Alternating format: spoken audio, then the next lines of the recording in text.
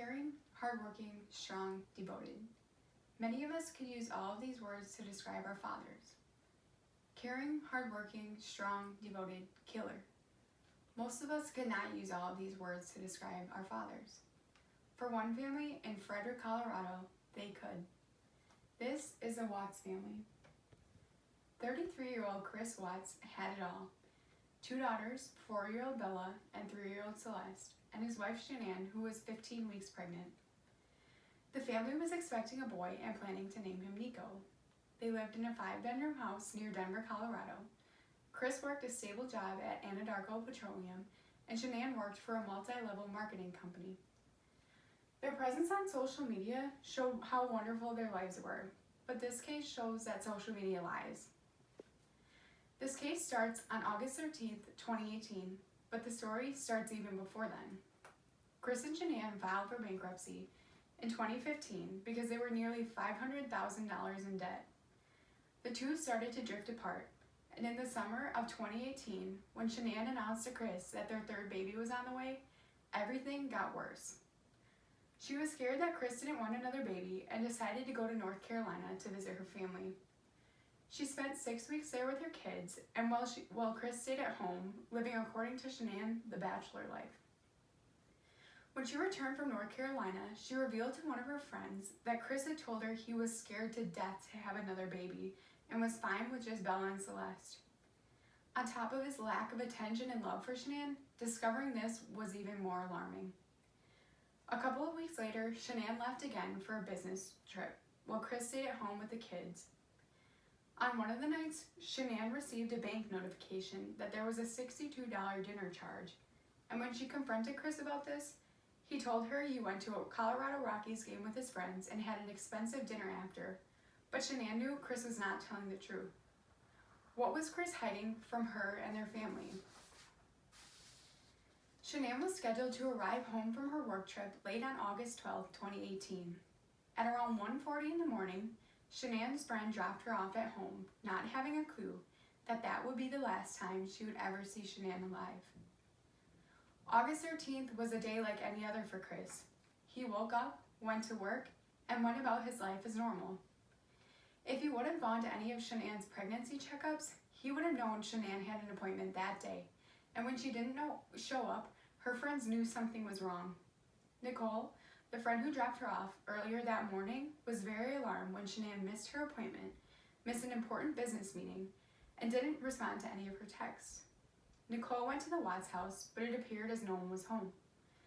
According to Crime Junkies podcast writer Ashley Flowers, even if Shanann slept in, missed her appointment, and missed her important business meeting, she would have been moving about with 2 young daughters, but the house was totally silent.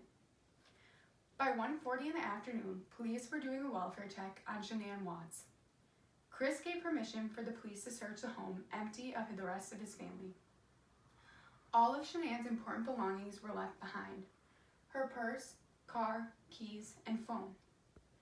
Chris told them their plan for the day was to go on a play date, but that could not explain her belongings that were left behind. What was even more strange was what wasn't left behind. The family's bedsheets had been stripped from their beds, but this wasn't an incriminating discovery.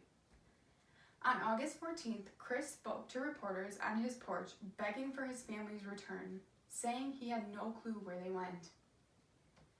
During this, he revealed he had a video doorbell. What police found on the video taken by the doorbell was very alarming. Chris was seen early on the morning of the 13th, backing his truck up into the garage. According to Crime Junkies, it sat there for a while before Chris got back in and drove away. By using GPS on his truck, the police recreated his route he took on August 13th, and it took them to Chris's work site. It wasn't odd that Chris went to work that morning, but the police still decided to search the area. As they set up drones to search the area, they spotted something familiar: the missing bedsheet that matched the set at the house. After this discovery, Chris Watts was taken in for questioning, and during this time, a lady brought herself to police, telling them she was Chris Watts' girlfriend. This lady told them that they had been dating all summer and that Chris told him and his wife were separated. She said she hardly knew Chris, but when police investigated her phone and computer, they found many texts back and forth between the two and several love letters. One saying, according to People magazine, "Big things will happen this year. Dreams will come true." Chris didn't deny the strain in his marriage or his love for his mistress. While Chris was being questioned, the search continued at his worksite, and police found exactly what they were looking for: the bodies of Shanann, Bella, and Celeste. Shanann's body was found in a shallow grave, and the girls' bodies were found in oil tanks, shoved through a hatch only 8 inches in diameter. Shanann's neck was covered in hand marks, showing that she was strangled, and both girls were smothered. At 11:02 that night, Chris was arrested for the murder of his entire family. According to A&E, during the police interrogation, he confessed to strangling his wife and burying her body, as well as dumping the daughters' bodies in the oil tanks, claiming he killed Shanann in a fit of rage after she had attacked their daughters. Watts said he had told Shanann during an emotional conversation that he wanted a separation. He said she lashed out at the kids in revenge. Chris had everyone believing that Shanann was the killer of their daughters, but police kept searching for the truth. Chris stuck to this story until November, when he pleaded guilty so he didn't have to face the death penalty. A&E states he was charged with all 3 murders, as well as with unlawful termination of a pregnancy. He took a plea deal to avoid the death penalty and was sentenced to life in prison. During his November sentencing, prosecutors revealed the girls had been smothered while Shanann was strangled. It appeared to have happened as they slept. He is now imprisoned here in Wisconsin, only about an hour away from Concordia. Why would a man with what looked like a perfect life do this?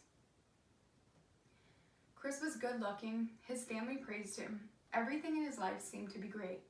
Why would he kill his wife and 2 young daughters?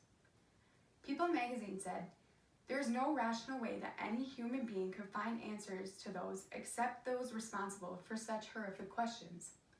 The two had been grappling with mounting marital stress, driven largely by Chris's coldness as he embarked on his affair, but authorities said he had no previous record of violence.